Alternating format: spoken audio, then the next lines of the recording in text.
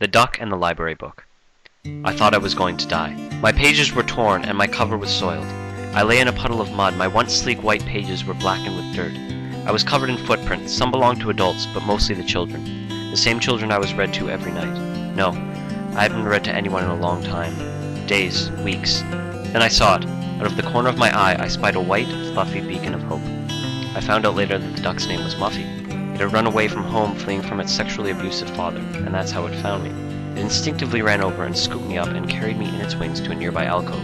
It nursed me back to health, which, considering I had no organs or bones, wasn't very difficult at all. I explained how I came to be in this sad place. I spoke of my struggle with alcoholism and how it led to disdain among the library staff and the other books. I spoke of how, when it all became too much, I was abandoned in a ditch. The hope was, I assumed, that I would be carried off into a gutter and they would never have to deal with me again. Muffy and I had a lot in common.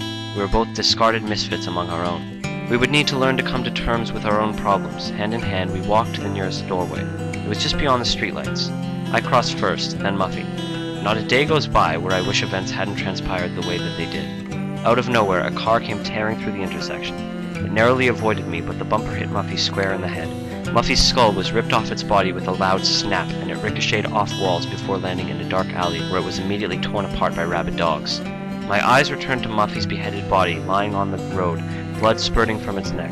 It came out in blasts and pooled around the crosswalk. It was difficult to believe that such a small creature could contain so much blood. I fell down and cried. It was all over.